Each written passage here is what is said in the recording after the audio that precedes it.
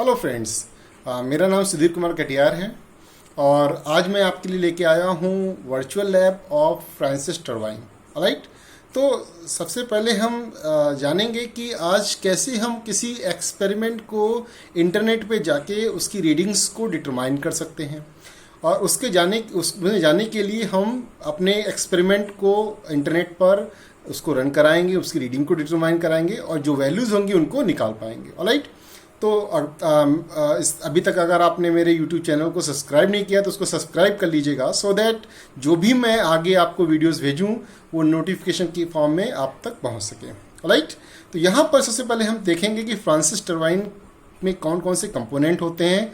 अगर मैं इन कंपोनेंट को देखूँ यहाँ पर, तो लुक एट दिस। यहाँ पर ये वाटर होता है, पेनस्टॉक से इंटर करता है, ठीक है, और पेनस्टॉक से इंटर करने के बाद ये हमारी स्पायरल केसिंग होती है। स्पायरल केसिंग का पर्पस होता है वाटर को एक्सेलरेट करना, ठीक है। कंटिन्यूसली एरिया आपका डिक्रीज करेगा, तो कंटिन्यूसली एरिया डिक्रीज करने से जो वाटर होता है हमारा एक्सेलरेट करता है, ठीक है। तो वाटर एक्सेलरेट होने से क्या होगा कि वाटर हमारा इस लास्ट पॉइंट तक पहुंच सकेगा, यानी कि ये पूरे जो गाइड वेन्स है उसमें यूनिफॉर्मली वो पहुंच सकेगा, जिसके लिए हम लोग क्या करते हैं, स्पायरल केसिंग का यूज करते हैं। ऑलराइट, इसके बाद हमारी जो गाइड वेन्स होते हैं, गाइड वेन्स क्या का काम होता है कि वाटर को एक पर्टिकुलर एंगल पर डायरेक्ट करना आपके मूविंग वेन्स के पास, जिन्हें हम लोग यहाँ पर रनर कह रहे हैं, ये आपके रनर्स कहलाएंगे, ठीक है। तो एक पर्टिकुलर एंगल में वाटर को डायरेक्ट करना, ये एंगल जनरली 0 to 40 के बीच में रखा जाता है, ठीक है, so that water smoothly enter कर सके हमारे मूविंग वेन्स के पास विदाउट एनी शॉक।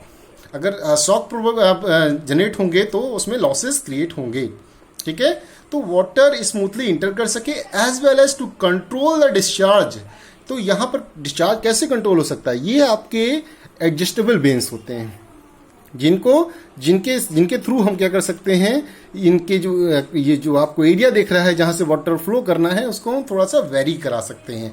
तो वेरी करने के दो पर्पस हो जाएंगे, एंगल भी चेंज हो जाएगा, किस एंगल पे वाटर को इंटर कराना है, एज वेल एज ये डिस्चार्ज को भी कंट्रोल कर सकते हैं, ठीक है। तो इसके बाद हमारे पास क्या होते हैं, मूविंग वेन्स होते हैं। मूविंग वेन्स हमारे बैकवर्ड कर्व वेन्स होते हैं, जिनमें वाटर आपका स्ट्राइक करता है और उसके बाद इसी के साथ हमारी एक शेफ्ट लगी होती है। वाटर हमारा इसके थ्रू फिर टरबाइन ब्लेड्स, रनर ब्लेड्स के पास होते हुए उसके बाद हमारे ड्राफ्ट ट्यूब में चला जाता है, ठीक है। हम जानते हैं कि जो हमारी टरबाइन होती है वो below the atmospheric pressure run करती है, जिसकी वजह से हमें कैविटेशन की प्रॉब्लम भी आती है।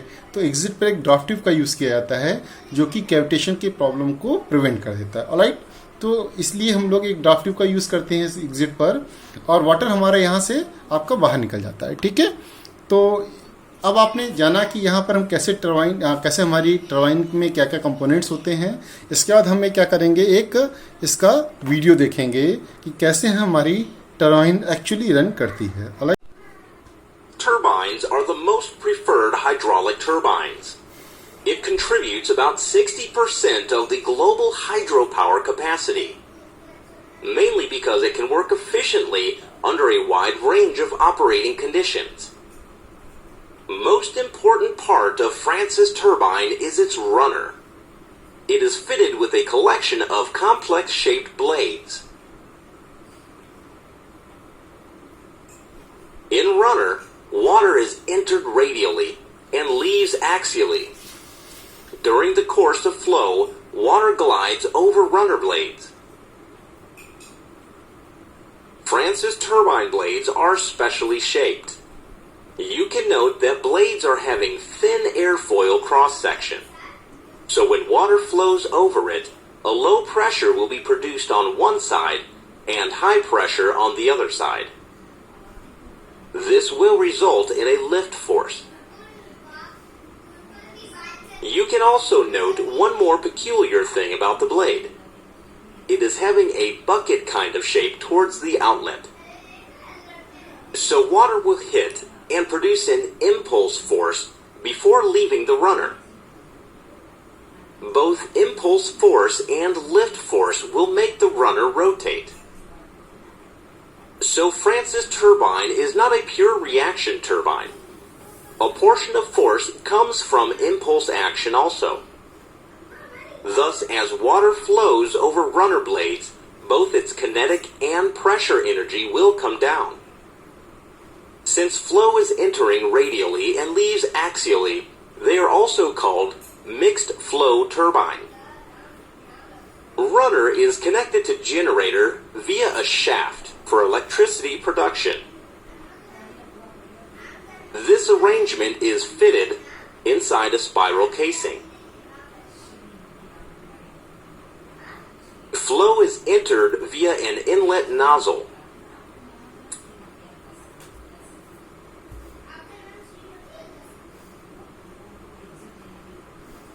Flow rate of water will get reduced along length of casing, since water is drawn into the runner.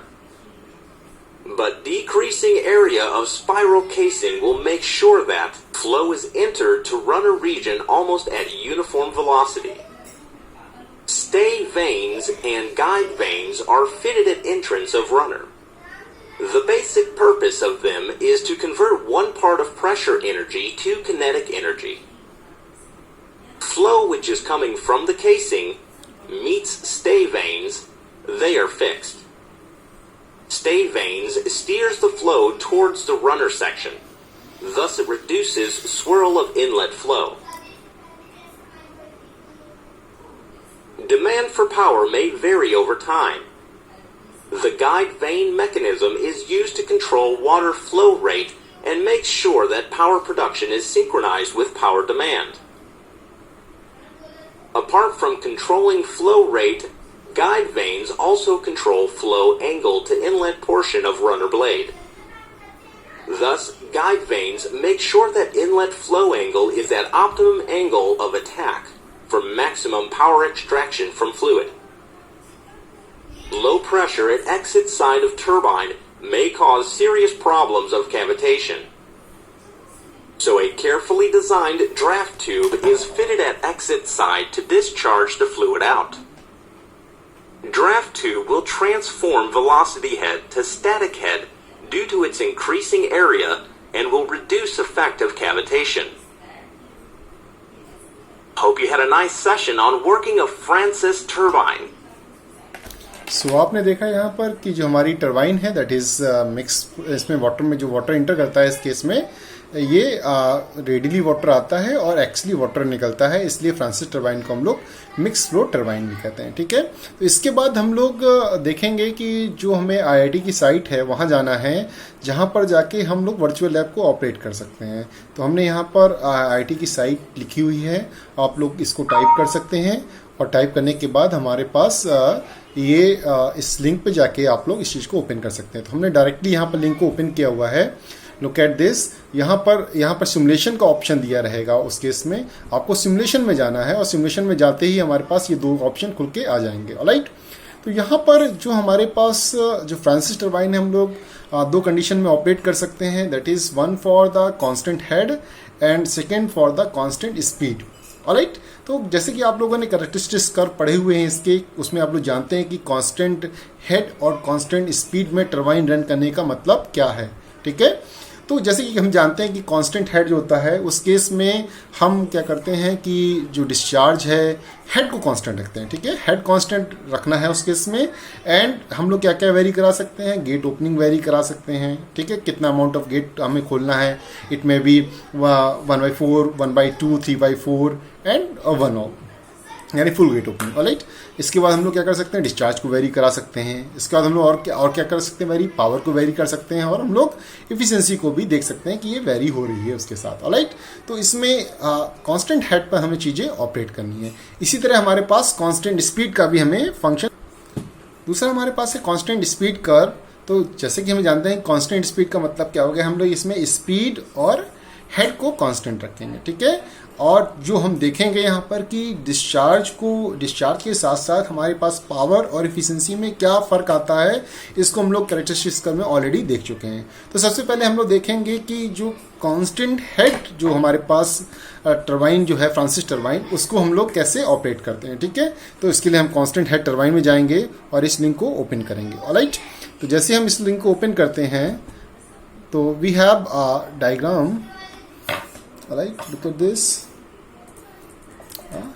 हाँ, हमारे पास ऑब्जेक्टिव आ जाता है और उस ऑब्जेक्टिव के हिसाब से यहाँ पर क्या लिखा है, to conduct the performance test on Francis turbine under constant head and plot the operating characteristics. Alright, यहाँ पर ऑपरेटर्स दिया हुआ है, इसमें क्या है, एक सेंट्रीफ्यूगल पंप है, क्योंकि हमारे पास जो टरबाइन है उसमें हेड हम कैसे मेंटेन करेंगे, तो हेड हमें जब पता है कि सेंट्रीफ्यूगल पंप के थ्रू हेड मेंटेन किया जा सकता है। ठीक है, प्रेशर गेज का यूज किया जाएगा, क्योंकि प्रेशर गेज से हमें क्या क्या मेंटेन करना होगा, डिटरमाइन करना होगा कि टरबाइन की इनलेट पे क्या प्रेशर हेड है, and for determining the discharge भी हम लोग प्रेशर हेड का यूज कर सकते हैं। स्प्रिंग बैलेंस का यूज कहाँ करना पड़ेगा, स्प्रिंग बैलेंस का यूज होता है जब हमारे पास जो टॉर्क निकालना होगा कि कितना टॉर्क जनरेट हो रहा है उसके थ्रू, क्योंकि हमें एफिशिएंसी भी निकालनी पड़ेगी, और उस केस में कितना टॉर्क जनरेट हो रहा है ये निकालने के लिए हम लोग क्या करेंगे, स्प्रिंग बैलेंस का यूज करते हैं विद वेट। ऑलराइट, इसके बाद हम लोग क्या करेंगे, नेक्स्ट ऑप्शन में जाएंगे, यहाँ पर लुक एट दिस, यहाँ पर क्या लिखा हुआ है,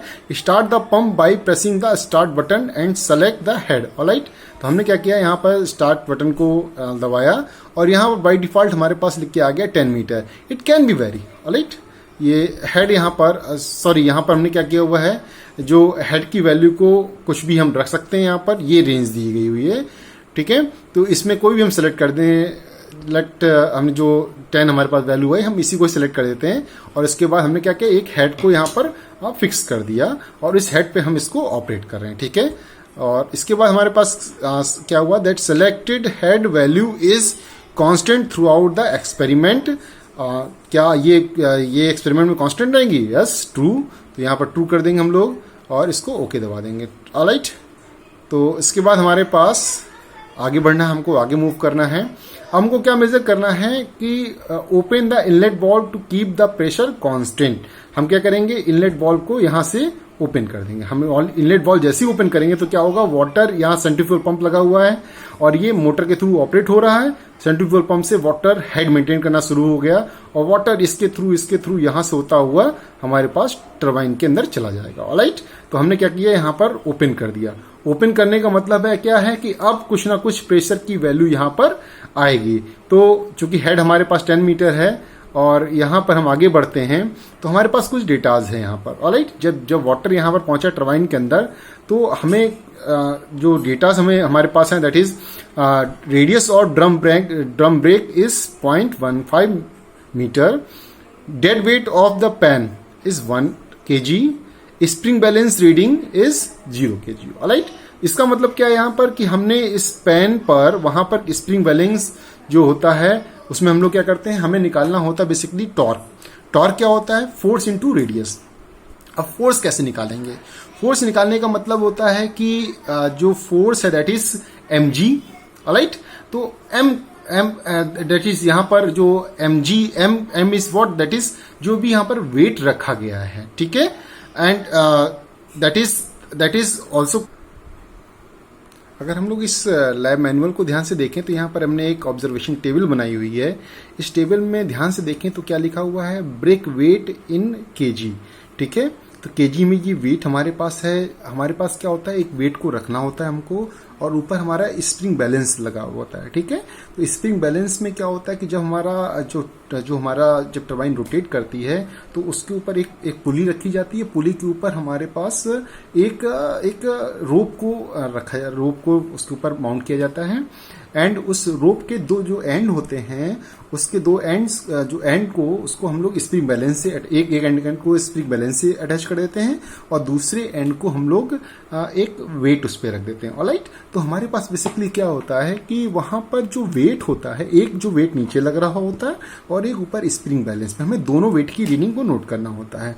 तो W1 जो हमारा नीचे वेट रखा गया होगा वो W1 कहलाएगा और W2 जो ऊपर वहां पर एक वॉच टाइप में रहती है जिसमें वेट की रीडिंग रहती है। तो जितना ज्यादा टेंशन क्रिएट होगा, राइट, उसके हिसाब से हमारे पास स्प्रिंग बैलेंस की वहां पर रीडिंग आती है। और जो नेट वेट होता है, बिकॉज दोनों अपोजिट डायरेक्शन में लग रहे होते हैं, तो नेट वेट की जो रीडिंग होती है that is W1 minus W2 हम लोग कैलकुलेट करते हैं यहाँ से। ठीक है, तो यहाँ से हमारे पास ये वैल्यूज निकल के आती है, that is W1 minus W2। ठीक है, अब हमको यहाँ पर जो हमारे लैब मैनुअल में है ना, इस रीडिंग को हम लोग एज इट इज रख सकते हैं। W1 यहाँ, W2 यहाँ पर जो वैल्यूज हैं उनको रख सकते हैं।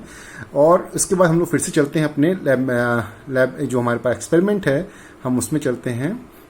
Alright, look at this experiment, ठीक है, virtual lab, okay, look at this. यहाँ पर हमारे पास क्या आ गया, अब देखिए यहाँ पर हमारे पास रेडियस दी थी, dead weight of the pan दिया हुआ था जो हमने बताया, दैट इज 1 kg हो गया, जो नीचे वेट रखा गया है, और स्प्रिंग बैलेंस रीडिंग है वो 0 यहाँ शो कर रही है। इसका मतलब हमारे टॉर्क की वैल्यू क्या हो जाएगी, torque is what, that is force into radius, alright, radius of drum, जिसमें हमारी जो रोप है वो माउंटेड है, ऑलराइट। तो यहाँ पर हमारे पास ये वैल्यूज निकल के आ गई हैं, ठीक है। तो यहां से हम लोग क्या करेंगे, अगर इसकी टॉर्क की वैल्यू को कैलकुलेट करेंगे तो दैट इज इक्वल टू क्या हो जाएगा, 0.5, राइट, 0.15 रेडियस हो जाएगा, इनटू जो फोर्स की वैल्यू होगी क्या होगा, W that is 1 kg, right, into चूंकि ये वेट है हमारे पास तो 9.8 का मल्टीप्लाई करना पड़ेगा, तो वहां पर mg हो जाएगा, तो mg इंटू r करेंगे तो इससे हमारे पास टॉर्क की वैल्यू निकल कर आएगी। तो आपको टॉर्क की वैल्यू को, उसके बाद हम लोग स्टेप 4 पे जाते हैं। तो यहाँ पर क्या कह रहा है कि insert the tachometer to note the speed of motor, alright. तो यहाँ पर हम लोग क्या करना है, टैकोमीटर को यहाँ पर माउंट करना है। टैकोमीटर हमें चाहिए, यहाँ पर टैकोमीटर से हमने क्या करेंगे, स्पीड मेजर हो जाएगी। हमने टैकोमीटर को जैसे ही लगाया तो उसने बता दिया कि इस पर्टिकुलर हेड पर, जो 10 मीटर हेड लिया है उस पर जो हमारी टरबाइन है इतने आरपीएम पे रोटेट कर रही है, ऑलराइट। तो यहां से हमारे पास आरपीएम भी आ गए हमारे पास, ऑलराइट। अब देखिए यहां पर क्या है कि हमें निकालना है, that is variable in calculation निकालना, ठीक है। तो initial reading water level till crest. तो यहां पर क्या किया गया, देखो यहां पर एक लगाया गया है जहां से वाटर डिस्चार्ज हो रहा है। डिस्चार्ज देखो ये एक इस तरह का एक पैसेज बनाया गया है जहां से वाटर निकल रहा है बाहर, ऑलराइट। तो यहां पर हमने क्या किया, ये चूंकि ओपन चैनल फ्लो की कंडीशन हो गई इस केस में, ठीक है। तो ओपन चैनल फ्लो में हमें वाटर को, अगर डिस्चार्ज को मेजर करना होता है तो उसके लिए जो प्रोसेस होता है दैट इज हमें ओपन चैनल फ्लो के केस में जो हमने यहाँ पर एक स्क्वायर नोच का यूज किया हुआ है, ठीक है। स्क्वायर नोच या वेयर्स का यूज किया हुआ है, दोनों सेम आप लोग पढ़ चुके हैं पहले ऑलरेडी। और उसके थ्रू हमने क्या किया, initial reading water level Crest पर कितनी है, तो इनिशियल रीडिंग आपको यहाँ पर ये दिख रही है, ठीक है। तो जैसे यहाँ पर हम यहाँ पर प्रेस करते हैं जो रीडिंग आती है, देख क्या देख रहे हैं आप लोग, वाटर लेवल बढ़ गया। तो वाटर लेवल बढ़ने से हमारे पास फाइनल रीडिंग भी आ गई, ठीक है। और फाइनल रीडिंग के बाद हमारे पास जो अब डिफरेंस मिला वो कितना मिला, कितना राइज किया वाटर, दैट इज 7 सेंटीमीटर। तो हमें अब डिस्चार्ज की वैल्यू को कैलकुलेट करना है। तो डिस्चार्ज इस केस में क्या होता है, हमें पता है कि जब रेक्टेंगुलर नोच होता है तो उस केस में हमारे पास डिस्चार्ज का फॉर्मूला होता है, ऊपर लिखा हुआ देखिए 2/3। जैसे आप इसके पास कर्सर को ले जाएंगे अपने आप फॉर्मूला बताएगा 2/3 into CD into L into √2G h⁻3/2। तो हमने देखो h की वैल्यू को निकाल लिया है, ठीक है। CD यहाँ पर वेरिएबल्स जो है, वेरिएबल्स को अगर हम यहाँ पर ले जाएंगे कर्सर को तो हमें वेरिएबल्स दिखाएगा। तो वहां पर वेरिएबल्स क्या है, कोफिशिएंट ऑफ डिस्चार्ज आपके 0.6 है, और लेंथ ऑफ द वायर कितना है, दैट इज 0.47 मीटर। इतना इस वैल्यू को जैसे आप यहाँ पर रखेंगे और इसको सॉल्व करेंगे तो हमारे पास डिस्चार्ज की वैल्यू अपने आप आ जाएगी। आपको इसको कैलकुलेट कर लेना है, ठीक है, ठीक है। तो इसके बाद हमारे पास देखिए डिस्चार्ज हमने कैलकुलेट कर लिया, और उसके बाद पूछ रहा है, जैसे हम इसको आगे बढ़ेंगे टिक करेंगे तो पूछेगा Francis turbine is a.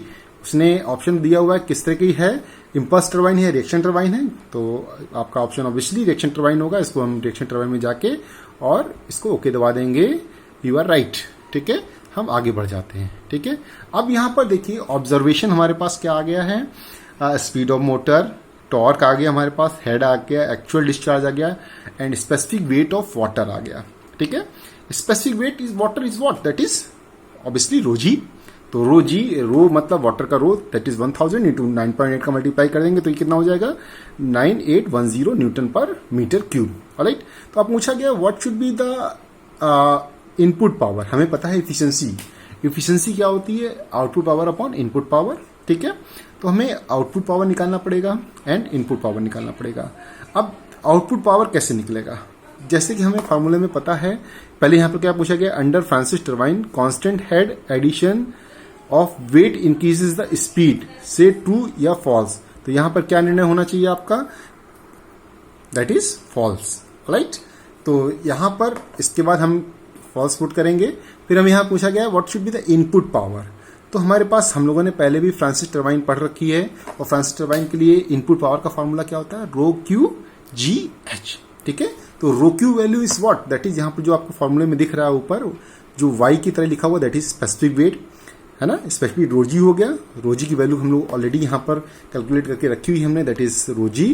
Q हमने यहाँ पर निकाल लिया है, क्यू की वैल्यू को थ्रू यहाँ पर नोचेस एंड वेयर्स, रेक्टेंगुलर नोच या वेयर का यूज करके निकाल लिया है।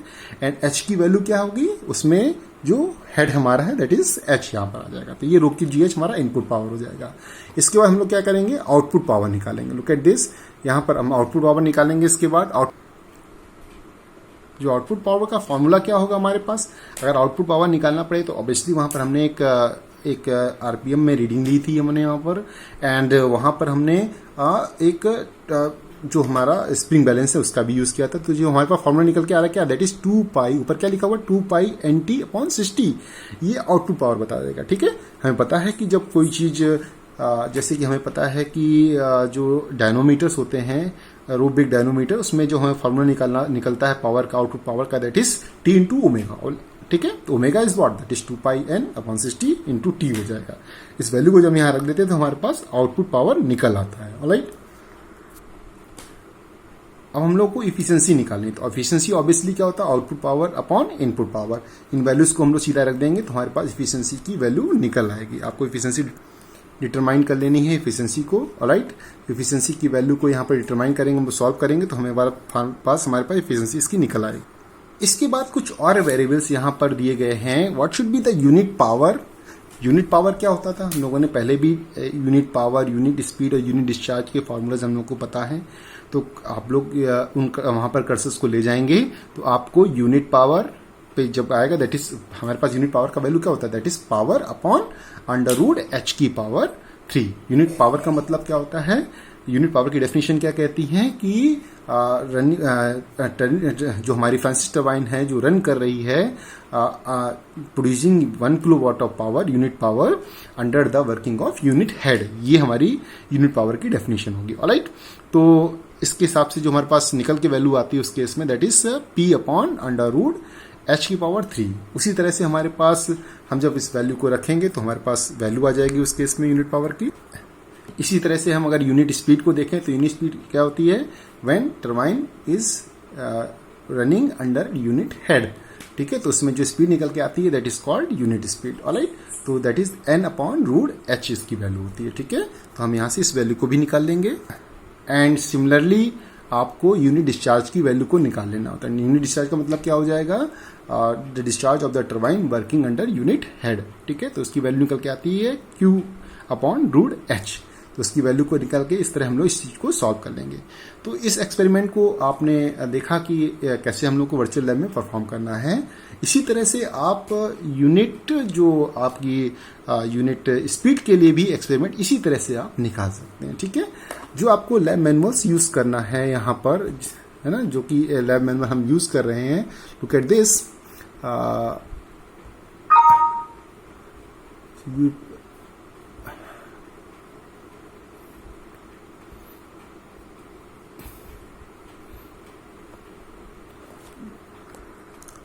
आपको इसी लैब मैनुअल का यूज करना है इसके लिए।